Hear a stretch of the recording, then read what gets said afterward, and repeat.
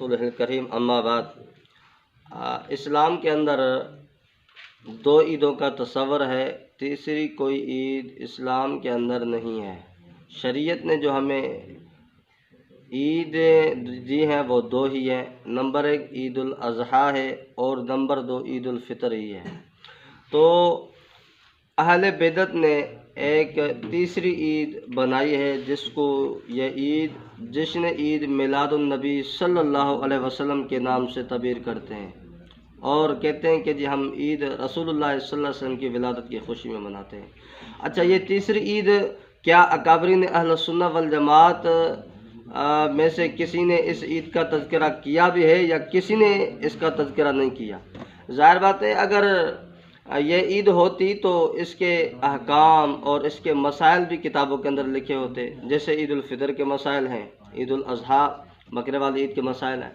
तो तीसरी ईद अगर ये शरीयत का हिस्सा होती और शरीयत के अंदर इसका कोई सबूत और शरीयत इसका हुक्म देती तो इसके साथ उसके मसाइल भी होते और इसके साथ इसके अहकाम होते, इसके करने वाले के लिए अजर का मसला होता और जो न करता है उसके लिए वईदात होती।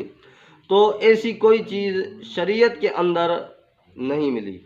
अच्छा, ये इस्लाम के अंदर दो ही ईदी हैं, ये तीसरी ईद है या नहीं है जो अहले बिदअत ने अपने हाथ से बनाई है, हज़रत शेख अब्दुल कादिर जिलानी रहमहुल्लाह पे फ़ैसला छोड़ते हैं।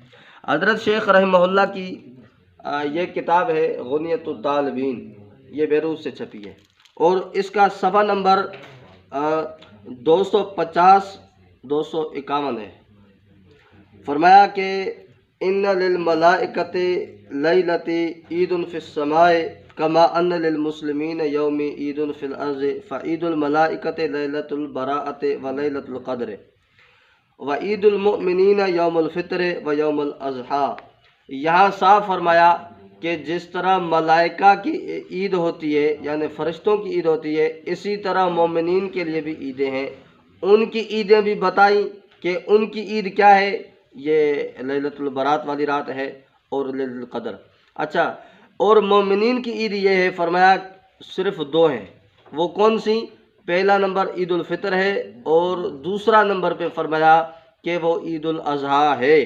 अब हज़रत शेख रहमहुल्लाह ने भी फैसला दे दिया कि शरीयत के अंदर सिर्फ दो ही ईदें हैं। अगर तीसरी ईद शरीयत के अंदर होती तो हज़रत शेख रहमहुल्लाह उसको ज़रूर ज़िक्र फरमाते, लेकिन यहाँ से यही बात साबित होती है कि जो तीसरी ईद करते हैं और तीसरी ईद के हवाले से अपने बनाए हुए फ़ज़ाइल बताते हैं, वो हज़रत शेख रहमहुल्लाह की तालीमात के ख़िलाफ़ करते हैं और हज़रत शेख रहमहुल्लाह की ये तालीमात नहीं है।